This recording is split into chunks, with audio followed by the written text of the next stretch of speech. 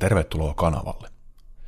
Tänään opetan sulle ajatusmalli, joka ratkaisee aivan valtavan määrän treidauksen mukanaan tuomista haasteista. Ja se käytännössä takaa paremmat tulokset, jos sä käytät sitä oikein. Tähän ajatusmalliin keskittymällä sä pystyt kääntämään koko sun epäonnistuneen treidauksen ympäri ja saamaan parempia tuloksia. Mä oon itse käyttänyt tätä ajatusmallia useita vuosia.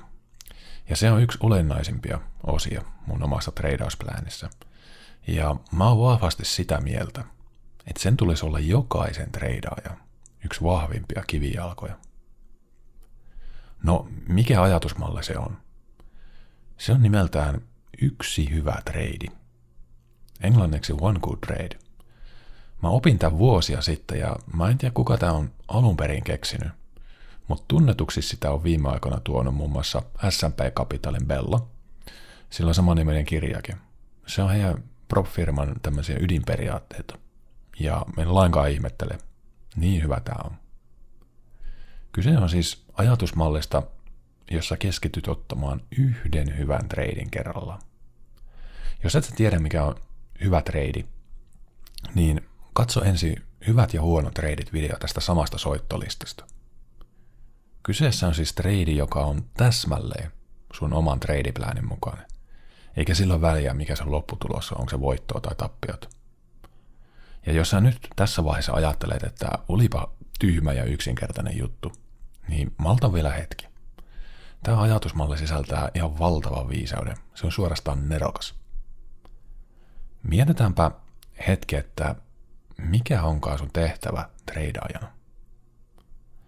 Äkkiseltään tulisi mieleen, että treidaajan tehtävä on tehdä rahaa. Mahdollisimman paljon rahaa. Totta kai. No, se ei kuitenkaan pidä paikkaansa. Raha on sivutuote hyvästä treidauksesta. Treidauksen markkinat ei toimi niin, että sitä vaan lompsetaan ruutujen ääreen ja tehdään maagisesti rahaa. Internetistä monesti voi saada semmoisen vaikutelman, että kaikki vaan voittaa ja elämä on helppoa ja siellä vaan uima-altaalla treidataan, mutta se on vaan pintapuoli. Oikeasti treidaus toimii päinvastoin. Mitä enemmän sä keskityt rahan tekemiseen, sitä varmemmin sä tulet tekemään kaikkea hölmöä ja häviää rahas. Sä tulet sen kyllä huomaan sun omalla treidausmatkalla. Tästä ehkä lisää myöhemmillä videoilla, mutta palataanpa siihen treidaajan tehtävään. Sun tehtävähän on ensin löytää joku oma treidaustyyli. Tähän on video. Kehittää strategia ja säännöt, jolla sä tunnistat ne paikat ja tilanteet, joissa sä saat pitkällä tähtäimellä sitä etua markkinoilta. Okei, sä oot tehnyt pläni, sulla on pitkän tähtäimen etua tuova suunnitelma ja treidaustyyli. Mitä sen jälkeen? No, sen jälkeen sä lopetat kaikki hölmöilyt. Sä otat yhden hyvän treidin kerrallaan, oman suunnitelman mukaisesti. Hyvä treidi on semmonen, joka täyttää kaikki treidauspläänin ehdot, ja se tuo sulle sen tilastollisen edun. Sä pysyt pois markkinoilta, kun siellä ei näy sun suunnitelman mukaisia setuppeja. Sä et spekuloi, sä et arvaile, ennustele.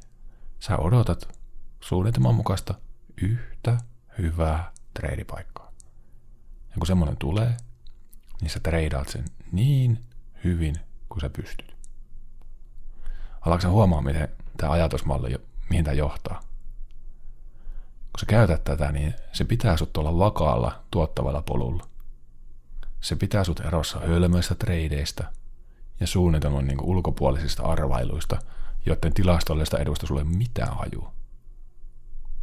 Se fokusoi sun ajatukset siihen kaikkein tärkeimpään asiaan, eli prosessiin, jossa sä keskityt ottaan yhden hyvän treidin kerralla, joka tuo sulle sitä tilastollista etua, joka tuo sulle sitä rahaa.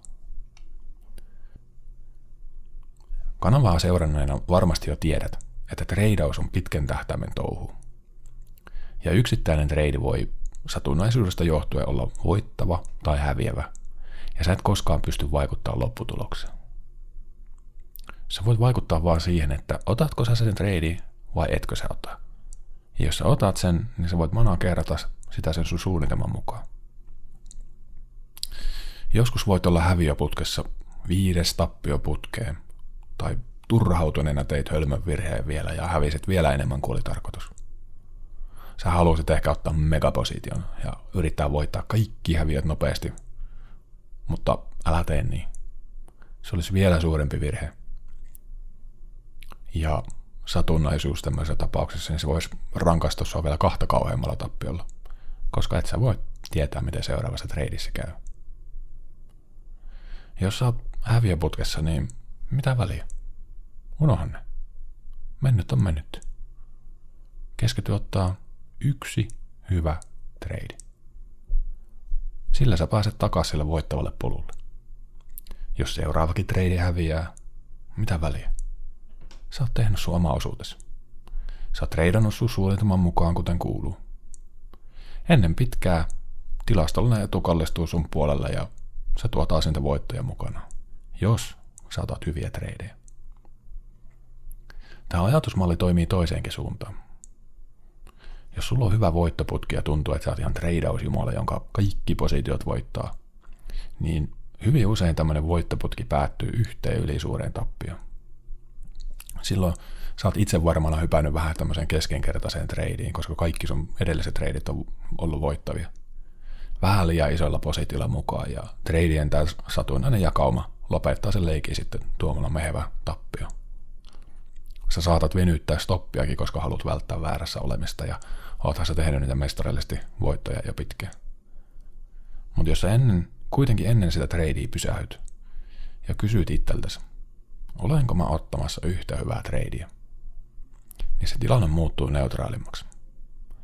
Sä havahdut, että hemmetti, ei tää oikeastaan täytäkään kaikkia kriteerejä, joita mä treidiltä haluan. Tai että positiokoko on normaalia suurempi, koska sä yrität paikata niitä vanhoja tappioita. Tai sä yrität fomoilla mukaan johonkin nousevaan osakkeeseen, vaikka se tilaisuus meni jo, eikä se riskituottosuhde ole enää järkevä. Huomaatko, miten nerokkaasti tämä ajatusmalli auttaa sua? Sun tehtävä on ottaa sääntöjen mukaisesti 1 hyvä treidi ja sen jälkeen 1 hyvä treidi. Unohda kaikki muu. Ota taas 1 hyvä treidi. Teitkö virheen? Hyvä. Ota opit talteen sitä virheestä, miten sä vältät sen jatkossa. Sen jälkeen unohda koko juttu. Älä anna virheiden sotkia kuvioita, vaan keskity ottaa 1 hyvä treidi. Tämä ajatusmalli ei päde ainoastaan treidaukseen, vaan on monia muitakin aloja ja osa-alueita elämässä, joissa sitä voi soveltaa. Esimerkiksi golfi toimii samalla periaatteella. Sun tehtävä ei ole voittaa koko golfkisaa, vaan sun tehtävä on lyödä 1 hyvä lyönti kerrallaan.